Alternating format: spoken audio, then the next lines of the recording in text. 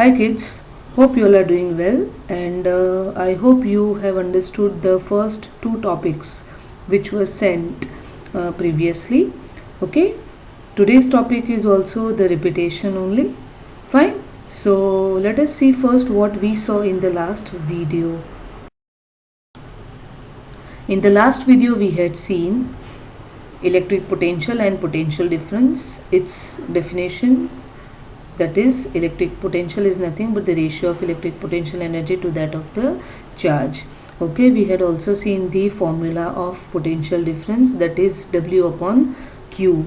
The SI unit of potential difference is volt, which is denoted by V, and of course for work we know it is joules, denoted by capital J, and charge is coulombs, which is denoted by capital C. Okay, I told you all to remember the definitions and the formulas also to solve the numericals. Okay, today we are going to see the components of circuit. Okay, that is what things we use to complete the circuit. We are going to see that along with the functions and even Ohm's law. Okay, this is the apparatus which you will use in your physics lab during your practicals. Okay, it is nothing but it is a battery. The symbol is given like this. Okay, battery is nothing but a series of cells. Okay, the last diagram is that of a cell. Okay, and it is a battery. This is a voltmeter. In the center you can see that V is written. So in voltmeter V will be seen. Okay, this also you will be see in the laboratory. This is the symbol of voltmeter. Next is rheostat. Okay, this type of apparatus you must have observed in physics lab. This is the symbol, and the definition of rheostat is this. It is a device or a component which allows changing of resistance in a circuit by keeping the voltage same. Means whatever voltage is passed, 2 volt, 4 volts, 6 volts or 8 volts, whatever, that is going to remain constant, but we can change the resistance by using this rheostat. The practical you will perform, so that time you will get a clear idea about this. In continuation with the same, this is the ammeter, okay, which is used to measure the electric current. I hope you remember that, right? In ammeter you can see in the center capital A is written, and this is the symbol of ammeter. Bulb, everybody knows, this is the symbol.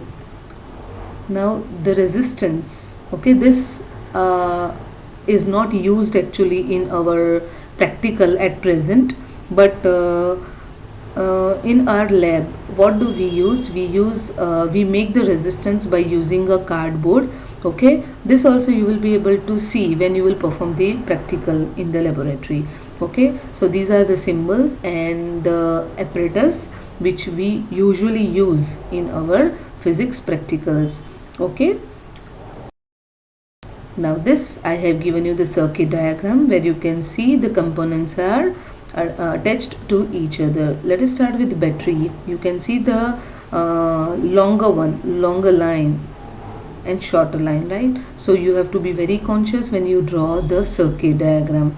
Okay, ammeter is always connected with series, and voltmeter is always connected into parallel with the resistor, right? You can see the key, right? Now see the position of key.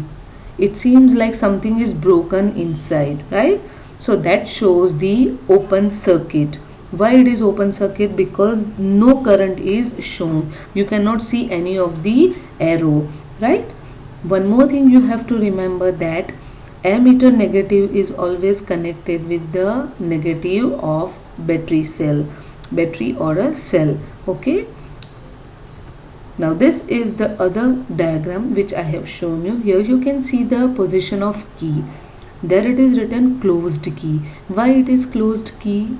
Because when this key is closed, the current will be passed. So in the second diagram you can see the arrows are also shown, right, from positive to negative, right? Here also in the diagram you can see positive of ammeter is connected with positive of the battery or the cell. Okay, resistor is also there, voltmeter is connected into parallel. So to the left is the open circuit and to the right it is a closed circuit. Hope you know these two terms. Open means no current is passed and closed means the current will be passed on. Okay, let us continue with Ohm's law. Before we move ahead, let us recall the activity which is given in your textbook, activity 12.1. Here what you have to do, you have to complete the circuit, right? Everything will be the same. Now if you will observe the diagram 1, 2 and 3, one change will be seen. Everything is same, only one difference is there, that is in the cell. In the first only one cell is there, in the second two cells are connected, in the third three cells are connected. Means if one cell is connected, obviously the current will be passed according to that. When you will attach two cells, obviously the current will be more, and when you will attach three cells, obviously the current will be highest, right? So here we can say that if V remains constant, that is potential difference is same but current is changing. Is it so? No, it is not like that, right? Because if you will change the potential difference, obviously the current will also be changed. More the potential difference, more the electric current. So this is the relationship which was first observed by German physicist George Simon Ohm in 1827 between the current that flows in a metallic wire and the potential difference across its terminals. Okay, this is the statement of Ohm's law, which states that under no same temperature the potential difference V across its ends is directly proportional to electric current flowing through an ideal conductor. This is the representation of Ohm's law, V proportional to I. When we will remove the proportional sign, we have to add there some resistance, where R is the resistance, V is potential difference and I is electric current. So Ohm's law is V, right? V proportional to I. Now this is the graphical representation of Ohm's law, where you can see if you will increase the volt, that is potential difference, the current will also be increased, right? So this you have to remember, formula and the statement, even the graphical representation you have to remember. Okay, let us proceed with further. What is resistance? Resistance means to resist something, right? It is a property of a conductor to resist the flow of charge through it. Resist means to stop something. Okay, in your textbook this is the definition given, which you have to remember. A component used to regulate current without changing the voltage source is called a variable resistance. And variable resistance, for that what do we use? We use a rheostat. Okay, the SI unit of resistance is ohm. Okay, the unit also you have to remember and the symbol also, right? If we will use that V, where R is equal to V upon I, 1 ohm, if we will substitute the SI units, so it will become like this: 1 ohm is equal to 1 volt upon 1 ampere. Through this you can define 1 ohm also, right? Where I is equal to V upon R, which states that more the resistance, less the electric current, of course, because they are inversely proportional to each other. That is your electric current and resistance. I is inversely proportional to R. So greater the resistance, lesser will be the flow of current and vice versa. I'll give you the example of one thing, right? When you are riding your vehicle or your parents are driving the car or something, right? And if the speed breakers are keep on coming on the way, Think about you are going somewhere on the highway, and every after 50 meters, if the speed breakers are there, so is your vehicle going to run on with the same speed? No. Why? Because your parent or your father has to keep on applying the brakes. So similarly here also, more the resistance, less the current, less the resistance, more the current. Okay. In a conductor, electrons are attracted by the atoms, which is a resistive force, which is lower for a good conductor but very high for an insulator. We know conductors and insulators, right? Conductor which conducts electricity. Why it can conduct electricity? Because the resistance is less.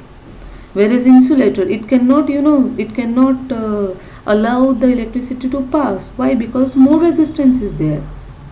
Are you getting my point? So here the conductor having some resistance is called a resistor. Okay. Next activity is given. Here the setup is there. The same you will be able to see in your textbook also. Okay. Now three things are given. First is your nichrome wire. Next is your 10-volt bulb and torch bulb. Okay. One by one you have to insert or connect it with that of X and Y, and then you have to take the reading. Okay. An object may offer varying degrees of electrical conductance. It depends on their elemental and molecular properties.